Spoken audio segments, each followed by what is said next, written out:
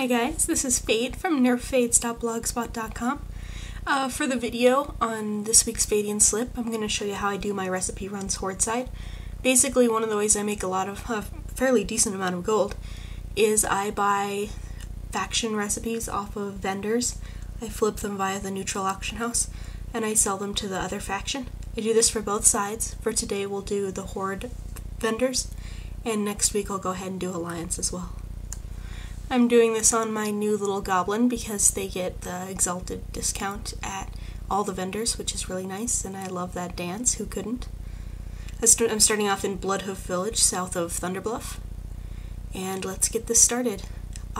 Since I'm also going to want to talk about stuff other than the video, I made sure to put in the actual recipe I'm buying from each vendor or pet I'm buying from each vendor there on the video, so if you're wondering what I'm doing, that's it.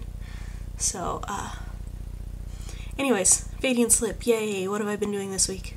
One of the main things I did this week was I power leveled blacksmithing on my priest, which is fun. It goes very well with my tailoring Death Knight, and it's been making me a lot more gold than I had ever anticipated. I'm churning through Elementium like nobody's business, but I'm making about 10,000 gold a day just from blacksmithing.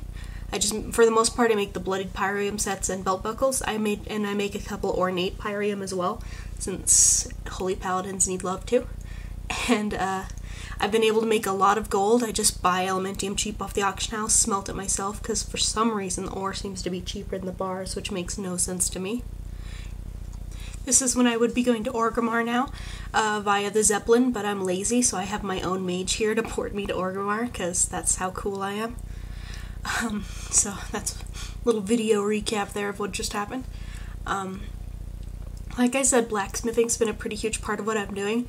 Also, I've started to get even more into jewel crafting than I already was.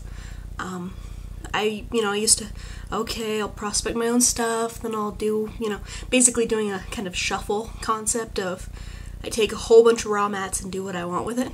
But what I've decided to do instead is I have a certain amount of cuts. I have about 12 cuts now, I think, and I also have friends with a few cuts as well that will cut as many as I want, and then I will check the auction house for uncut gems. So basically I'll look up ocean sapphire, so to speak, and the uncut ones on my server right now would be like 20 gold, while the rigid ocean sapphires would be going for more around 70. So I'll just buy the uncut ones, cut them myself, and then repost them. Profit margin can differ a lot depending on the gem and the cut. Pretty much everyone has some of those blue cuts right now. So, like Willful Ember Topaz, like I was talking about before, the PvP cut. I can buy the Ember Topaz for 30 gold a piece off the auction house, cut it, and sell it for 150 gold.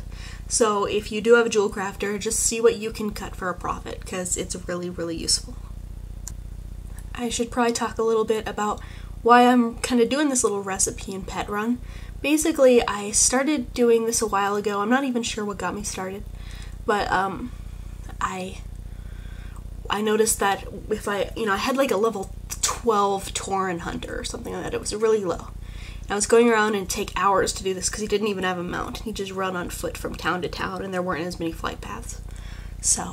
But I was able to flip him over to Alliance for massive profits. I don't spend more than a gold a piece on any of these pets or recipes, and I will often sell them for 85 gold on the opposing faction's auction house. And they sell relatively consistently. So I started, after seeing how much gold I could make, I started making it more of an official thing. I compiled this little list of all the different vendors I wanted to hit up, figured out the best way to move from each, got some characters leveled up so that I could move more quickly from town to town. And then I also did it on Alliance side. I've got a character specifically for flipping things across the auction house in Gadgetzan as well. So I've kind of made it a whole little operation, and it has actually ended up Horde side, which is obviously the side I don't care quite as much about gold on, but Horde side at one point, just from doing this for about a month, I was up to 13,000 gold. So of course I spent it all leveling this character and all of her professions. But you can definitely make a lot of gold with this, you don't even need a profession, you just need a little bit of time to go hit up some vendors. It's a great way if you want to start doing arbitrage to to get some gold saved up on both factions, because you're going to want some gold on both factions if you're going to really do arbitrage correctly. And this is a great way to do it without transferring large amounts of gold across the neutral auction house and just being gouged with that auction house cut. And in regards to how long this takes, this character is actually the first time I've taken this particular character on the recipe run. I had been using my hunter, so she doesn't have any of the flight paths. Otherwise this would be even faster than it already is. And if you actually have a character that can fly in Azeroth, which I don't because the max level Horde side is 40, but if you have a character that can fly or even epically fly, this will be a really fast way for you to make gold, as long as you're willing to get it done, you know. You know, let's just watch this dance for a second. This isn't, you've got to say this is one of the best dances in the game. It's okay. You're allowed to like it. It's natural.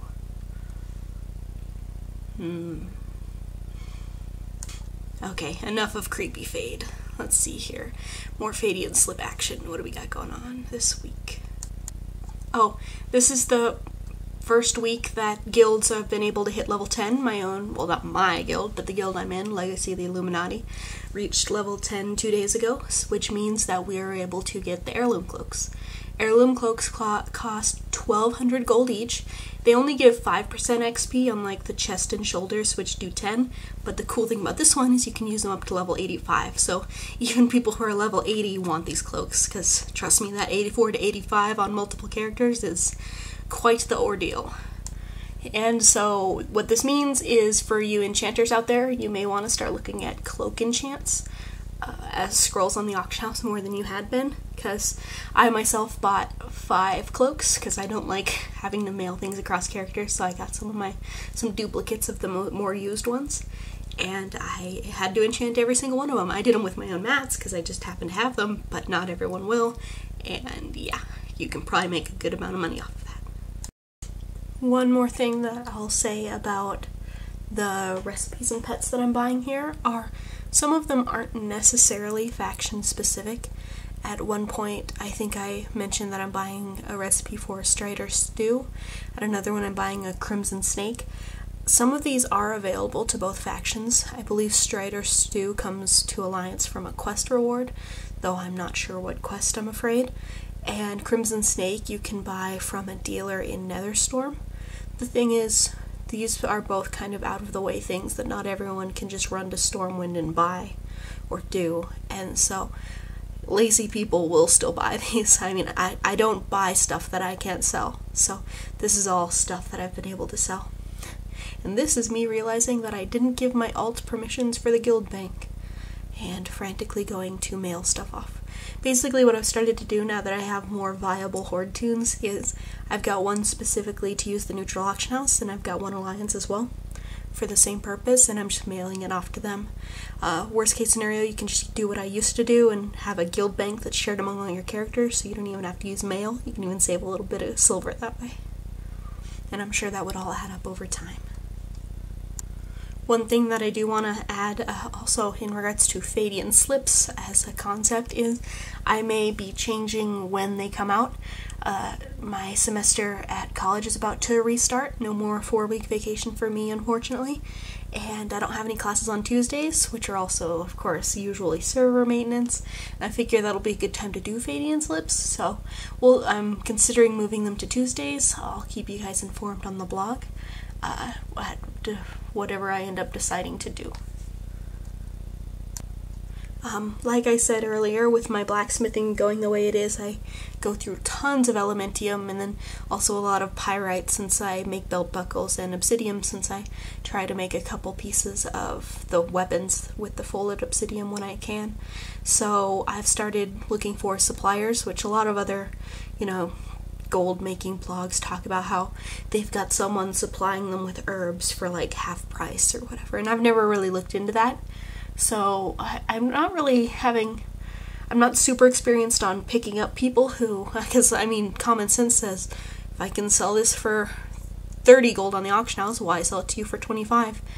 I've had a couple people sell small amounts of ore to me just for a quick sale, but I haven't really found any dedicated suppliers yet, but I'm still looking and hopefully I can find one. I'm just kind of worried about doing suppliers because it's like right now if I'm, say, paying 75 gold for Elementium ore and then over time the price decays and it's on the auction house for 50 a stack, do I want to be all like, sorry dude, I'm not paying you as much as I used to, lols?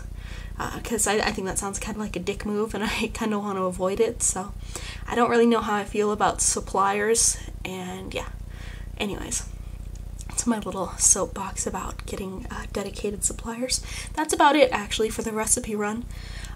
You just go from Thunderbluff to Silverman City and down to Tranquillian and hit up all those vendors along the way. I'm going to mail all these extra recipes and pets over to my auction house toon. I have a certain amount of each kind of thing I keep in stock. I keep 14 of each recipe and pet in stock. And I actually just did a recipe run a few days ago, which is why I didn't buy a whole lot of stuff when usually I'd have 2 or 3 bagfuls. It's just, I wanted to record this, so I recorded it pretty soon after doing a previous one. Anyways, that's about that. In the next Faidian Slip, I'll show you the Alliance vendors I hit, and then the third will be flipping stuff via the neutral auction house. I hope you guys enjoyed it. Please check out my blog at nerffaids.blogspot.com. Have a nice day.